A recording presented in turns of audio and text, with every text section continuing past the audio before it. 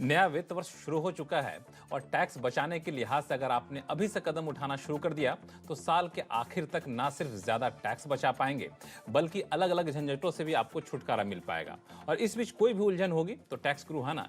जी हाँ, हर हफ्ते टैक्स बचाने के हम आपको टिप्स देते रहते हैं और हर उलझन को दूर करने की भी कोशिश करेंगे। नमस्कार, मैं हूं लक्ष्मण राय और आज आपके सवालों का जवाब देने के लिए और टैक्स बचाने के टिप्स देने के लिए हमारे साथ हैं जाने माने टैक्स एक्सपर्ट शरद कोहली साहब। कोहली साहब, आपका स्वागत है टैक्स गुरु में।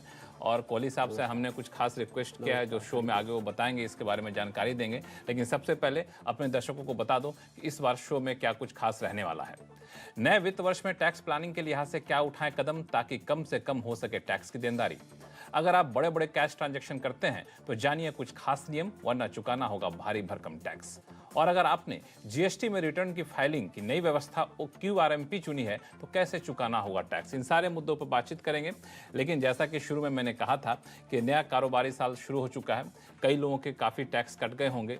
कुछ लोग अफसोस कर रहे होंगे काश यहाँ पे टैक्स बचा लिए होते तो टैक्स की देनदारी कम हो जाती, टैक्स कम कटता। लेकिन खैर, जो हो गया हो गया। लेकिन नया कारोबारी साल शुरू हो गया है। अभी से आपको इन सारे मुद्दों पर विचार करने की ज़रूरत है कि टैक्स हम कैसे बचा सकते हैं ताकि टैक्स की देनदारी कम हो सके। हालांकि उसके बहुत सारे लंबे चौड़े तरीके हैं, लेकिन संक्षिप्त में मैं चाहूँगा शरद कोहली साहब कि आप हमारे दर्शकों को बताइए कि मोटे मोटे कौन से तरीके हैं जिसका ख्याल रखना चाहिए, जिस पर अभी से अमल शुरू कर देना चाहिए दर्शकों को।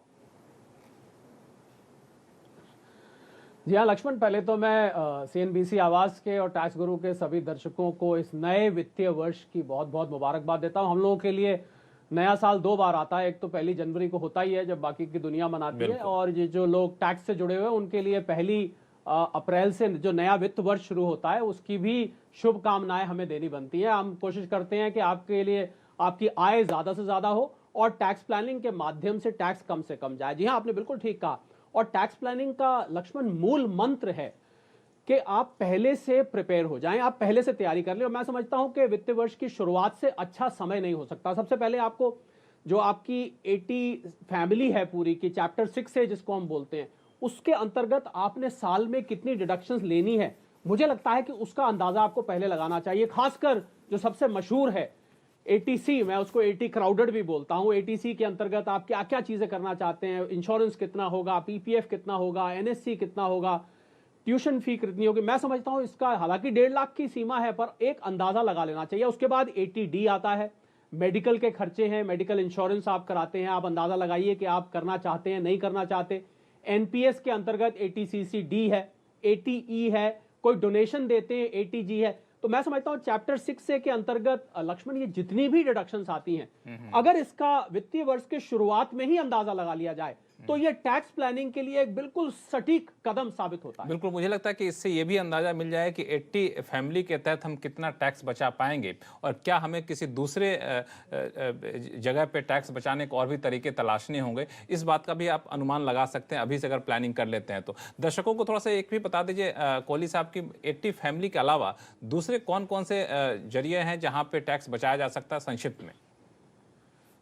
जी हाँ, 80 फैमिली के अलावा लक्ष्मण जो लोग हाउस रेंट अलाउंस का बेनिफिट लेते हैं, HRA जिसको हम कहते हैं, मुझे लगता है उनको अपनी रेंट रिसीट के वो साल में किराया कितना देंगे, किसको देंगे, रेंट एग्रीमेंट बनाना वगैरह, वो सब उसको पहले तय कर लें। इसके अलावा एक चीज जो लोग भूल जाते हैं लक्ष्मण, वो है कैपिटल गेन अकाउंट स्कीम, जिसका हम निरंतर जिक्र करते रहते हैं कि अगर कैपिटल गेन अकाउंट स्कीम के अंतर्गत आपकी समय की मियाद पूरी हो रही है तो आप उसका ध्यान रखें। बहुत सारे मैंने देखा है लोग उनका डिपॉजिट करा का करा रह जाता है, वो उसको यूज नहीं करते हैं कैपिटल गेन बचाने के लिए, तो उस पर एक दफे नजर मार ले कि आपका क्या। और यहां न्यू रेजीम और ओल्ड रेजीम, क्या रेजीम आपने चूज करना है ये फैसला भी आपको अभी करना है। आप जानते होंगे सैलरी वाले हैं तो आप उसको हर साल नई रेजीम चूज कर सकते हैं, बिजनेस वाले हैं तो एक बार आप अगर ओल्ड में गए तो आपको फिर वापस आप नहीं आ पाते हैं, दोबारा आप ओल्ड में नहीं जा सकते हैं। तो ये भी आप फैसला इस वित्तीय वर्ष की शुरुआत में करके और अपने टैक्स को कम से कम प्लानिंग के साथ बढ़िया तरीके से भरें। हालांकि शुरू में जैसा कि बताया कोहली साहब ने कि नए कारोबारी साल की शुभकामनाएं दी और वे भी कहा कि आप ज़्यादा से ज़्यादा कमाई करें और टैक्स भी कम से कम दें। पता नहीं कैसे संभव होगा, ज़्यादा कमाई करेंगे टैक्स तो ज़्यादा देना ही पड़ेगा, लेकिन यही एक मूल मंत्र है जो टैक्स ग्रुप में हम देने की कोशिश करते हैं कि कमाई आपकी भले ही ज़्यादा हो लेकिन टैक्स की देनदारी हम कम करने की कोशिश करेंगे कानून के दायरे में रहकर। पूरे साल में हर हफ्ते जो एपिसोड आता है उसमें समय समय पर हम टिप्स ऐसे देते रहेंगे। फिलहाल शुरू करते हैं सवाल जवाब का सिलसिला। कानपुर से डॉक्टर करुणा शंकर मिश्रा हमारे साथ फोन लाइन पर जुड़ गए हैं। बताइए क्या सवाल है आपका। सर मैं डॉक्टर करुणाशंकर मिश्रा कानपुर से बोल रहा हूँ। जी। सर कोहली सर नमस्कार। हेलो। हाँ, आवाज आ रही है, नमस्कार बताएं। डॉक्टर साहब। हाँ कोहली सर नमस्कार, मैं आपका बहुत बड़ा फैन हूँ क्योंकि आपका जो बताने का इनकम टैक्स का जो शेड्यूल्स वगैरह का और जो गाइड करने का तरीका है बहुत ही अच्छा है और मुझे बड़ी मदद मिलती है। मेरा एक क्वेश्चन था सर कि मेरा हर माह जो है मैं सैलरी पेड हूँ और मुझे इंटरेस्ट फ्रॉम अदर इनकम्स में जो सेविंग अकाउंट है उससे है कुछ इनकम और कुछ शेयर से हो जाती है लॉन्ग टर्म कैपिटल गेन्स वगैरह में, शॉर्ट टर्म कैपिटल गेन में थोड़ा बहुत। और सर मेरा क्वेश्चन ये था कि जो पिछले साल जो है और उसके पिछले साल भी मुझे सेक्शन 234 सी में ब्याज लग गया था, जबकि मेरा हर महीने जो है डिडक्शन रेगुलर जो है मेरे डीडीओ के द्वारा किया जाता है।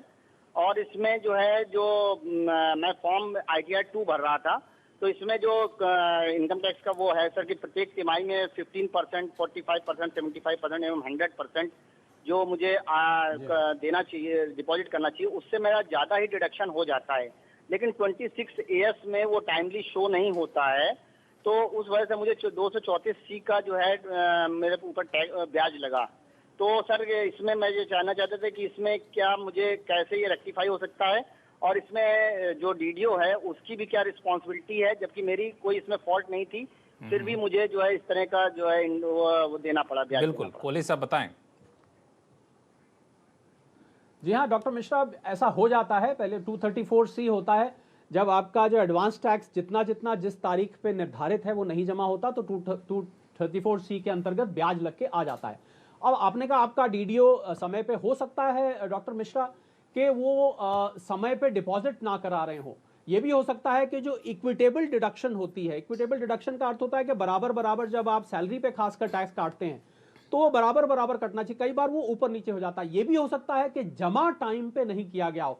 तो इन कई कारणों से हो सकता है। अगर आपको लग रहा है कि ये सभी चीजें सही हैं, कुछ भी इसमें गलती नहीं है, पहले आप सब चीजें एक बार चेक कर लीजिए, तो उसके बाद आप ई निवारण में जाके या आप अपना एक अपने पोर्टल पे जाके करेक्शन के लिए एक एप्लीकेशन लगाइए और इसको करेक्ट कराइए।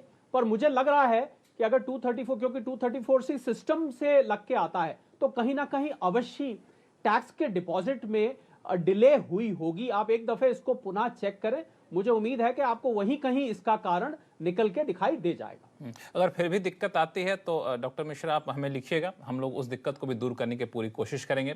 फिलहाल लेते हैं अगला सवाल जो कि ट्विटर के जरिए आया है, रीता बिंद्रा जी का आया है। इनके पास लंबे समय से फ्रैंकलिन टेम्पल्टन म्यूचुअल फंड की होल्डिंग थी, फंड की कुछ स्कीमों के जरिए इनको पैसा मिला। ये पूछ रहे हैं कि कंपनी की ओर से वक्त से पहले रिडम्पशन करने और उस रकम को दोबारा निवेश करने पर क्या long term capital gains tax देना पड़ेगा? कोहली साहब। जी हाँ रीटा जी, अगर समय से पहले रिडेम्पशन हो जाता है तो देखिए कैपिटल गेन लगता है तीन चीजों पे। आपने कितने पीरियड होल्ड किया है, आपको प्रॉफिट हुआ है कि नहीं हुआ, और आपका रिडेम्पशन हुआ है कि नहीं हुआ। तो कंपनी ने समय से पहले किया, ये इस बात को डिसाइड नहीं करेगा कि टैक्स लगेगा कि नहीं लगेगा। अगर वो लॉन्ग टर्म है तो उस पर लॉन्ग टर्म कैपिटल गेन लगेगा। और दूसरा आपने पूछा कि क्या री इन्वेस्ट करने पर ये टैक्स बचेगा। जी नहीं, म्यूचुअल फंड्स में ये सुविधा उपलब्ध नहीं है। ये सुविधा केवल आप मकान बेच के मकान खरीद रहे हैं या कोई और एसेट बेच के मकान खरीद रहे हैं, 54F जिसको हम कहते हैं, वहां पर यह सुविधा है। म्यूचुअल फंड में दोबारा इन्वेस्ट करने पर रीटा जी ये आपको बेनिफिट नहीं मिलेगा। इसमें कोहली साहब एक कैच ये है कि ये फोर्स्ड रिडेम्पशन था, यानी इन्होंने मांगा नहीं था। जो फ्रैंकलिन टेम्पल्टन का मामला उठा था तो इनको मजबूरन कंपनी की तरफ से दिया गया कि आप ले लीजिए, इन्होंने खुद से रिडेम्पशन नहीं कराया था। तो इसका कोई टैक्सी देनदारी पर असर पड़ता है? जी हाँ लक्ष्मण, क्योंकि पीरियड देखा जाएगा। देखिए खरबूजा छुरी पे गिरे या छुरी खरबूजे पे गिरे, कटना तो खरबूजे को ही पड़ेगा लक्ष्मण। ये नियम यहाँ लगता है। मतलब आपका फोर्स रिडेम्पशन हुआ, अर्ली रिडेम्पशन हुआ या आपने रिडेम्पशन किया, प्रश्न ये उठता है कि आपका कितने पीरियड होल्डिंग रहा और उस पर कैपिटल गेन हुआ कि नहीं। तो फोर्स रिडेम्पशन इसमें एक कंडीशन लक्ष्मण नहीं बनती है, कैपिटल गेन देना तब भी बनेगा। बिल्कुल, आपके समझाने का जो ये तरीका है कोहली साहब, इसी के को लेकर हमारे दर्शक बड़े कायल रहते हैं कि काफ़ी आसान भाषा में आप समझाते हैं कि भले ही फोर्स रिडेम्पशन हो या फिर ना हो, आपने खुद लिया हो, आपको टैक्स की देनदारी उतनी ही बनेगी।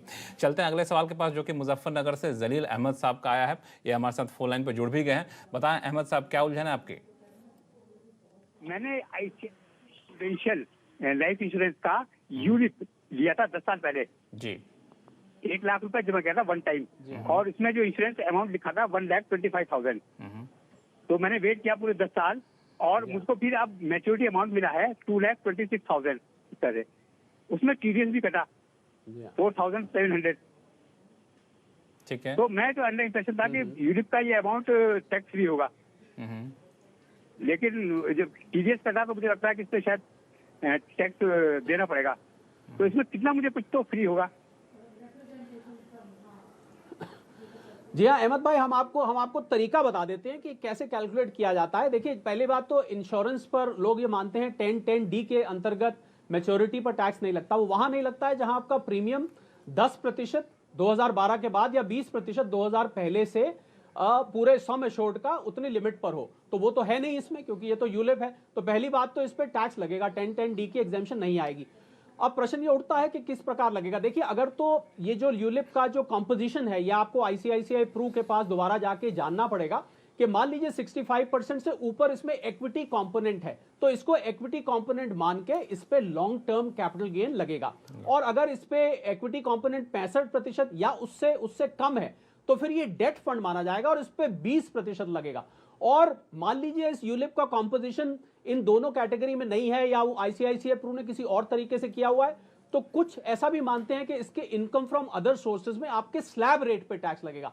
तो अब मूल मंत्र यह हुआ कि आपको एक बार आईसीआईसीआई प्रू से इस पूरे यूलिप का जो इन्वेस्टमेंट कॉम्पोजिशन है वो एक बार पूछ लेना चाहिए। मैंने आपको तीनों बता दिए, तीनों में से कोई एक ना एक अवश्य लगेगा, परंतु टैक्स लगेगा अहमद भाई, ये पक्का है।